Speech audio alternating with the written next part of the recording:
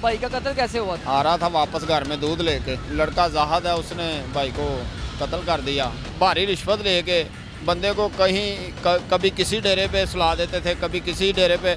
हमें यही कहते रहे हम ढूंढ रहे हैं, हम कर रहे हैं, हम कर रहे हैं। 2.5 से 3 लाख रुपया लिया है उसके।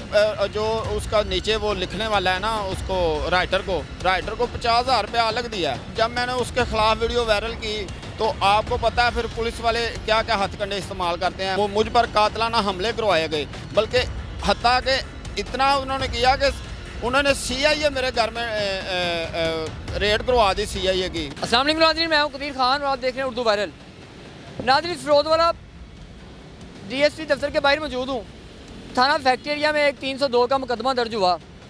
उसके बाद उस मुकदमे के साथ कैसे खिलवाड़ किया गया, कैसे खून को बेचा गया, ये आपको सुनाएंगे उसी मुद्दई की ज़ुबानी जिसके साथ ये सारा वक़ुआ पेश आया है।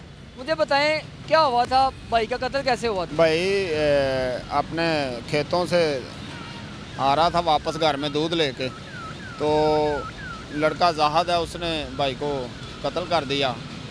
कत्ल होने के बाद कत्ल हुए 4 माह गुजर गए हैं, 5 FIR हो गई। FIR के बाद उन्होंने लड़के को गिरफ्तार कर लिया जिसने कत्ल किया था। कितनी देर बाद गिरफ्तार किया पुलिस? पुलिस ने तकरीबन 20-25 दिन बाद गिरफ्तार। पुलिस ने खुद गिरफ्तार किया या आपने गिरफ्तार करवाया? आपने बताया कि इस जगह पे बंदा बैठा हुआ है, इसे आगे गिरफ्तार कर। नहीं, पुलिस को पहले से ही बंदा मिल गया था, पहले दिन से ही। और 15 दिनों बाद पुलिस ने शो किया बंदा। और पुलिस ने जैसे बंदा उनको पेश हुआ है वो सबको पता है।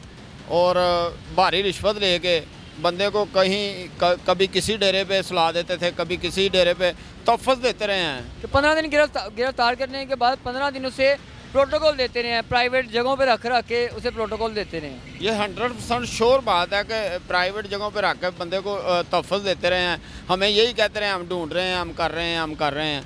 जब उन्होंने पैसे दे दिए उन्होंने गिरफ़्तार कर लिया, उसको शो कर दी, गिरफ़्तारी शो कर दी। और गिरफ़्तारी शो होने के बाद जो हमारे साथ पुलिस ने रवैया इख्तियार किया है, हमसे भी पैसे खा लिए, उनसे भी पैसे खा लिए। आप तो मुद्दई थे, आपसे किस चीज़ के पैसे ले लिए? आपसे तो पैसे लेने उनके बनते नहीं थे, क्योंकि आप तो मुद्दई थे, आपके साथ तो पहले ज़्यादती हुई थी। भाई जो तफ्तीशी है ना, जब शेखपुरा के इलेक्शन थे ना, उस दिन उन्होंने उधर मुझे बुलवा के मुझे कहा है कि वो 10 लाख रुपया दे रहे हैं, आप हमारे साथ कोई तावन शावन करें तो हम आपके जो ना मुल्ज़म को सज़ा देते हैं। मैंने फिर उनको कहा कि मेरे पास इतने पैसे नहीं हैं, अगर वो 10 लाख दे रहे हैं हम कोई 1-2 लाख रुपया आपकी खिदमत कर देंगे, लेकिन आपकी मेहरबानी हमारा केस को ख़राब ना कीजिएगा। हुआ ये कि उसने आईओ ने मेरे से 2.5 से 3 लाख रुपया ले लिया। लेने के बाद उसने आईओ कौन है, उसका क्या नाम है, कौन से थाने में वो तैनात है? थाना फैक्ट्री एरिया में GM उसे कहते हैं, सब उसके GM कहते हैं, और उसका नाम है गुलाम मोहम्मद। उसने मेरे से पैसे लिए हैं, 2.5 से 3 लाख रुपया लिया है। उसके जो उसका नीचे वो लिखने वाला है ना, उसको राइटर को 50,000 रुपया अलग दिया है। आप ये देखें, ये जो भाई बता रहे हैं कि पैसे दिए हैं, उन पैसों की CCTV वो जो मोबाइल फुटेज है वो भी साथ स्क्रीन पे आप देख सकते हैं कि फुटेज बनाई गई है जिस टाइम पैसे दिए गए हैं, ताकि बाद में ये मुकर ना सकें, ये ना कहें कि हमने पैसे नहीं लिए। आप स्क्रीन में फुटेज देख सकते हैं जो पैसे वसूल किए जा रहे हैं। तो पैसे देने के बाद क्या कहा उन्होंने आपको? पैसे देने के बाद पहले जज ने हमें तारीख दी 16 तारीख पेशी हुई, 16/7/2022 को पेशी हुई। उसके बाद 20/7/2022 को पेशी हुई, और पेशी उसके बाद 30 पे आ गई। मर्डर में कितने लोग मुलव्वस थे, कितने लोग थे उसमें जिन पे FIR थी? जिन पे FIR थी वो 3 लोग थे। एक कातल था और 2 उसके सगे बाप और सहूलतकार थे, मशवरे में थे। उन्होंने मशवरा दिया था कि इसको कत्ल कर दें। 109 वाले 109 वालों को इसने GM ने कह के मुझसे पैसे लिए थे कि 109 वालों को भी मैं रगड़ूंगा और अदालत में जाएंगे, ये जेल में जाएंगे।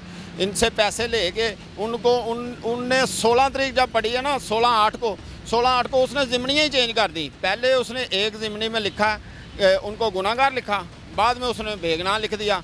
ये मुझे समझ नहीं आई। 2 ज़िमनियाँ, दोनों ज़िमनियों की कापियाँ मेरे पास हैं, और जब उसने उनको बेगना लिखा ना, उसके उस वक़्त मैंने उसकी वीडियो वायरल कर दी जो पैसे उसने लिए हुए थे। तो वो वीडियो सारे टोटल हुकाम वाला के पास हैं, उन्होंने देखा है और इंक्वायरी में भी हमें बुलवाया है, मेरे गवाह भी गए हैं उधर, और 2 माह हो गए हैं। डीपीओ ने अभी तक कोई इम्प्लीमेंट नहीं लिया उस पर। पुलिस का कमाल देखें कि पहले जो भाई से रिश्वत का बताया कि वो हमें 10 लाख रुपए दे रहे हैं, उसके बाद इनसे पैसे वसूल करके 2.5 से 3 लाख रुपए वसूल करने के बाद उसके जो भाई था, उसका वालिद था, उनको ज़िम्नियों में नामजद कर दिया। उसी ज़िम्नियों को दूसरी पार्टी को दिखाने के बाद उनसे पैसे लिए गए, उनसे रिश्वत वसूल की गई और ज़िम्नियाँ गायब कर दी गई। जब ज़िम्नियाँ गायब हुई हैं, आपने डीपीओ साहब को या किसी को कंप्लेन की है? डीपीओ साहब के पास पूरी इंक्वायरी लगी हुई है। इंक्वायरी आखिरी मराहल में आज 2 माह हो गए हैं। 2 माह तक ज़िम्नियाँ देखी तक नहीं गई। और वो जो आईओ है ना, आप जब मैंने उसके ख़िलाफ़ वीडियो वायरल की तो आपको पता है फिर पुलिस वाले क्या क्या हथकंडे इस्तेमाल करते हैं। मुझे थ्रेट किया गया, मेरे पास एविडेंस मौजूद है, जिस बंदे ने आकर मुझे बताया कि आईओ तेरे ऊपर तेरे ख़िलाफ़ कार्रवाइयाँ करवा रहा है। मुझ पर कातलाना हमले करवाए गए, बल्कि हत्ता के इतना उन्होंने किया कि उन्होंने सीआईए मेरे घर में रेड करवा दी सीआईए की। मेरे अल्हम्दुलिल्लाह मेरे भाई के ऊपर कोई किसी किस्म की एफआईआर नहीं है। सीआईए क्या करने आई? सीआईए ने रेड किस बेस पे की गई? सीआईए ने इसी ने उनको किया हुआ था, गाइड किया था कि इनके पास असला है, इनके पास बंदे आकर शूटर बैठते हैं, तो आप इन पे रेड करो, आपको कुछ ना कुछ मिलेगा। कुछ मिला? लेकिन कुछ भी नहीं मिला। वो सीआईए वाला जो बंदा था वो वहाँ पे माफ़िया मांगना शुरू कर दिया, यार मुझे गलत गाइड किया। उसकी वीडियोस हैं आपके पास? उसकी सीसीटीवी मेरे पास है। मेरे जब वो उधर गए हैं ना, मेरे घर में सीसीटीवी लगे हुए हैं। जी, वो सीसीटीवी फुटेज भी लेंगे, वो साथ में वो भी हम प्रोग्राम में आप देख सकते हैं कि सीसीटीवी भी फुटेज देखें कि जो अब उन्होंने इनको अंडर प्रेशर करने के लिए, जो एक नामजद मुलज़म था जो जेल में है, उसको छुड़वाने के लिए ओछे हथकंडे जो हैं वो इस्तेमाल किए जा रहे हैं। सीसीटीवी फुटेज मौजूद है जो उनके घर में सीआईए ने रेड किया है, वो भी आप देख सकते हैं कैसे वो आए हैं, कैसे तोड़फोड़ किया है, कैसे तशद्दुद किया है। जब सीआईए आपके पास आई, आपने पूछा नहीं आप किस केस में आए हो, और उनके खिलाफ को कार्रवाई करने की कहीं एप्लीकेशन दी है कि हमारे घर में बिला वजह रेड किया गया? मैंने पूछा उनसे जब मैंने पूछा ना, उन्होंने कहा यार हमें गलत गाइड किया गया था, हमें पता नहीं था आपका भाई मर्डर हुआ है और आपके ऊपर जो ना रेड किया, हमें ये इस चीज़ का बिल्कुल मालूम नहीं था। और मैंने जब एफआईआर दिखाई, सारा कुछ दिखाया, तो वो वहाँ पे माजरत करने लग पड़ा कि मुझसे गलत रेड हो गया। तो मैंने वो रेड के बारे में जाकर थाने से पता किया, थाने के अंदर कोई उनकी आमद रवानगी कोई चीज़ नहीं थी। इसका मतलब ये तो नहीं, गैर कानूनी रेडें की जा रही हैं। बिल्कुल गैर कानूनी रेड की थी उन्होंने। और वो वहाँ पे ही उसने माजरत की, उसने कहा जी मुझे गलत इन्फॉर्मेशन दी गई। महज जिसने आपको इन्फॉर्मेशन दिया वो बंदा शो करें या उसको आप खुद उसके ऊपर एक्शन लें कि उसने क्यों इस तरह करवाया।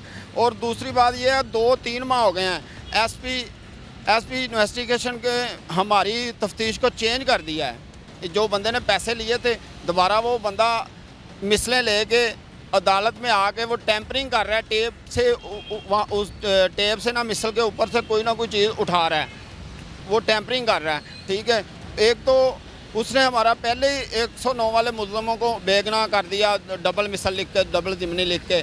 वो डबल ज़िमनी किस तरह लिखी गई ये भी नहीं हमें मालूम।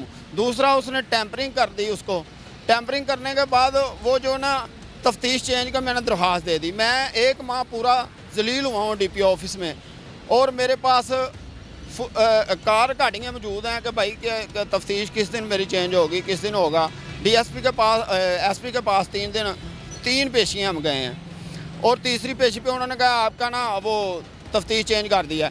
अब 1.5 माह हो गया, पूरा 1.5 माह के अंदर मुझे एक भी कॉल नहीं आई। कल 2 दिन पहले मैं गया हूँ, उन्होंने कहा जी आपकी वो चेंज हो गई है तफ्तीश, तो आप फलाने बंदे के पास। आपने तफ्तीश चेंज करने के लिए एप्लीकेशन दी थी किसी को?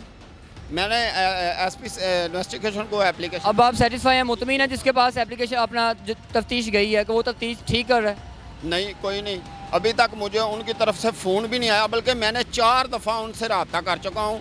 मेरी आपने अगर तफ्तीश चेंज किया तो हमें सुने और जीएम के ख़िलाफ़ कार्रवाई की जाए जिसने पहली तफ्तीश ख़राब की है, और वाज़ह तौर पे देखा भी जा सकता है कि उसने हमसे रिश्वत ली है। आगे जो कानून का मामला है वो सामने लेके आए कि उसने कितनी रिश्वत ली है उधर से।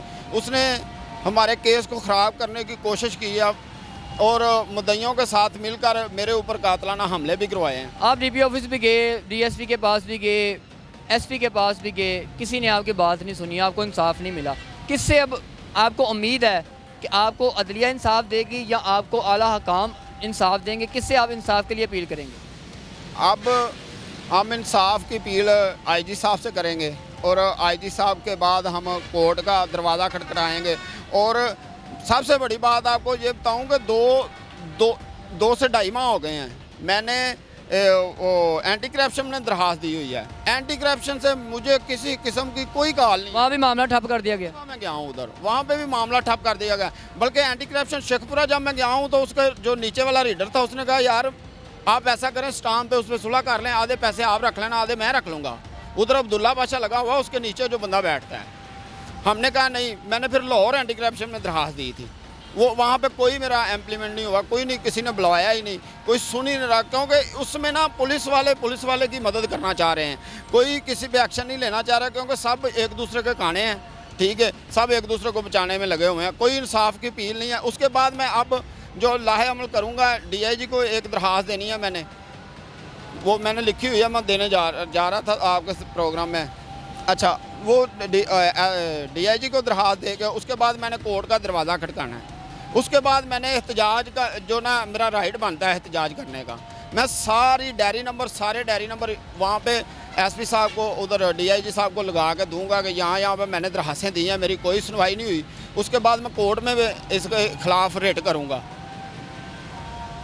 जैसे कानून कहता है उसी तरह पहले देख लें, उसके बाद मेरा राइट बनता है कि मैं एहतजाज। अभी तक आपको इंसाफ मिलता नज़र नहीं आ रहा? इंसाफ मिलता नहीं नज़र आ रहा। बिना एहतजाज का मुझे नहीं पता कि मुझे इंसाफ मिलेगा, हो सकता है एहतजाज करना पड़े। जी, अब अगला लाएअमल जो है, आईजी ऑफिस से एप्लीकेशन देने के बाद अगर इंसाफ ना मिला तो एहतजाज किया जाएगा। एहतजाज करके इनको सोए लोगों को जगाया जाएगा, इन रिश्वतखोरों को जगाया जाएगा, इनको शर्म दिलवाई जाएगी। ये खून बेचे नहीं जाते, चंद पैसों के ओझ किसी के खून को बेचते नहीं हैं।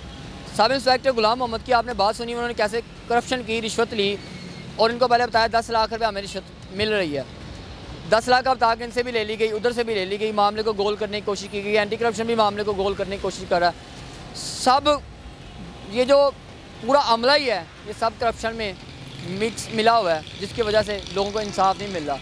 आसानी लोग कत्ल करते हैं, शूटर आते हैं, कत्ल करके चले जाते हैं, उनको पता है सज़ाएँ तो हमें होनी कोई नहीं, सब मिले हुए हैं, जिसकी वजह से गरीब आवाम को इंसाफ मिलना मुश्किल हो चुका है। इसके इंसाफ कौन दिलवाएगा, इसका अल्लाह ही हाफ़िज़ है। इसी के साथ कदीर खान को दीजिएगा इजाज़त। नई स्टोरी के साथ मुलाकात होगी। अल्लाह ने।